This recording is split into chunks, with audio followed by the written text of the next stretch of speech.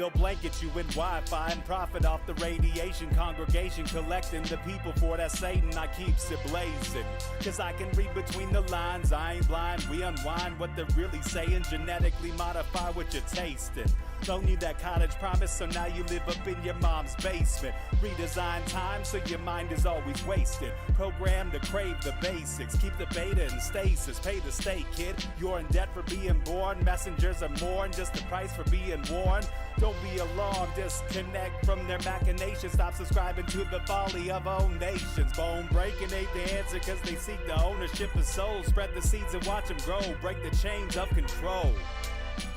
Break the chains of control.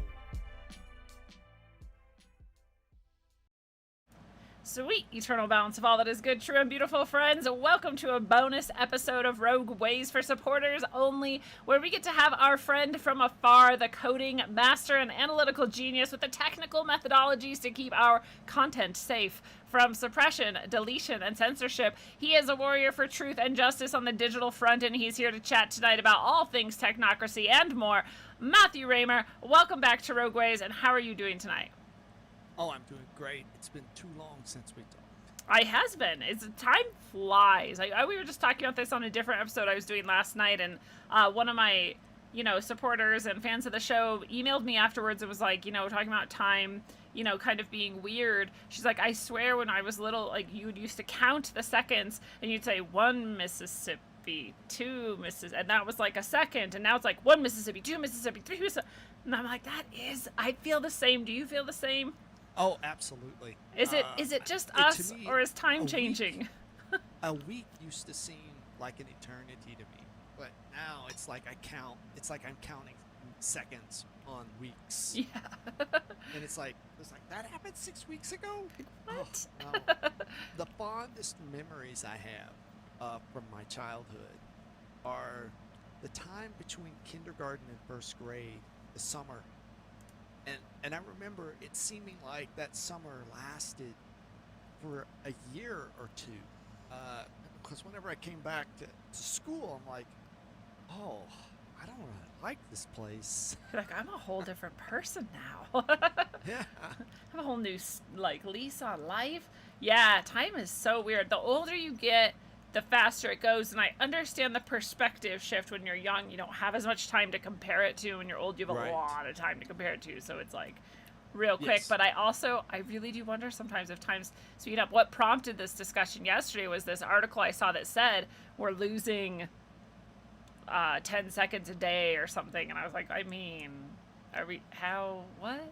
I don't know, I'm very confused about that measurement. If we're talking about daylight or something, or the Earth spinning faster, I think it's the relative, the rotation of the Earth has increased, and it's by so many milliseconds, not seconds. But we notice it. Yeah. Apparently. I mean, just experientially without knowing why. It feels like everyone's saying the same thing, like time is speeding up. I also think it's that they slam us with 10 billion psyops a month now, and so we just get overwhelmed. Yeah, the amount of information that we get, I forget the name of the author. There's a Italian author. He wrote a book called Information Bomb back in the 90s. If I can remember his name. Paul Virilio. Yeah, I read this ages ago. And that one of the things about the book, it's kind of written in a stream of consciousness form, but the overwhelming amount of information that people were receiving, even in the 80s and 90s, is on steroids now. Yeah. So I think that's why you see a lot of people, I think, wisely disengaging. Yeah. From media, being more selective in what they listen to. I just saw a clip from my dinner with Andre that was talking about that, just no newspapers, no magazines, no watching any media, blow up the TV, right? Like this, when we become too saturated, it's either overwhelming or it even becomes like everything is suddenly boring. And if everything is boring, you're disengaged, and then you are very easy to manipulate and control, actually. But if you're in charge of directing your life, and you're filling it with your things, your creative ventures or whatever, that's very different. Well, and a great deal of what we're we're told is irrelevant. Why do I need to know about a crime wave Yeah. in some other location? I don't. And at the same time, the information I really need to know about my immediate vicinity, I'm completely oblivious of what's going on immediately around me. Yeah. And that's something that we have to become conscious to push back against that.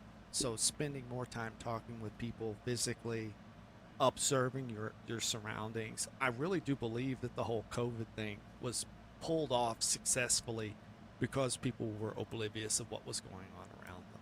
Yeah, I agree. Okay, I want to get into all of this, but I also want to. I do have a pointless question of the episode for you, and I'll Sure. give you a moment to think about it while I tell all the people all the things. And the pointless question of the episode is going to be, what's the strangest thing in your refrigerator? So while you think on that, I'm just going to let everyone listening out there know, first of all, this is a subscriber-only show, so if you're watching anywhere but Rockfin, you're not going to be able to catch the live stream unless you're a supporter, so you can head over to Rockfin. The link is right below wherever you're seeing this right now, and you can become a supporter. You get my content and all the other people. Literally 100% of the other people on Rockfin's content as well. All the exclusive content is included in that subscription. You don't have to be a subscriber. You can still get tons of free content, but videos like this, the tarot reading I did earlier today, and all sorts of stuff. Middle Path once a week, that's all yours with that subscription price. It's $10 a month for mine and everyone. So this will be, wherever you're watching, will be turned off very shortly, right after Matt shares with us the answer to the pointless question of the episode, and we get into the meat of the things we're going to be talking about tonight. All the technocracy, all of the global psyops, all of the ways the world is headed towards techno dystopia, and more. But in the meantime, I always want to share with you guys, I've got the new audiobook out. It's on Audible. You can go grab it anytime. It's awesome. You can get paper copies if you'd rather do that. I even sign them for you if you get them through my site, rogueways.org, or you can get them on Barnes & Noble, Amazon, or wherever else you like. Lindsay Sharman is my name. You can find him under that name. I have guidance sessions, sound healing, ceremonial, and all sorts of things for you one-on-one if you want to work together on any sort of spiritual or life goals. I have online courses at Thinkific. You can link to those from my site as well. August meditations twice a week. It starts this Thursday. You don't have to show up live. You can get the recording, but you can also join us live for meditations. They tend to be about 20 minutes. They're very deep, very good for you and your brain and your body and your heart and your soul. All of the stuff I sell in the shop, the Orgo and the medicine bags, that's there at rogueways.org. You can even get your tickets to One Day of Brightness already. That's on September 19th in celebration of the fall equinox.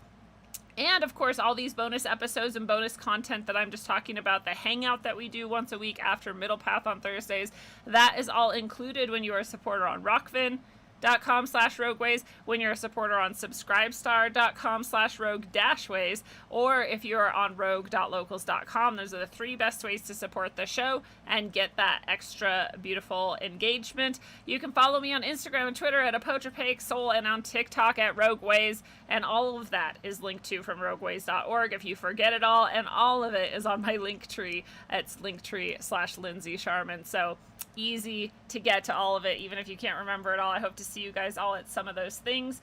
And we'll hear the answer to the pointless question of the episode, and then we will cut to just supporters over on Rockfin. So what is it, Matt? What's the strangest thing in your refrigerator?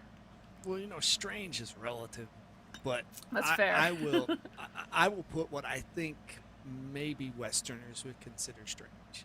Because you're, to remind us what country you're in.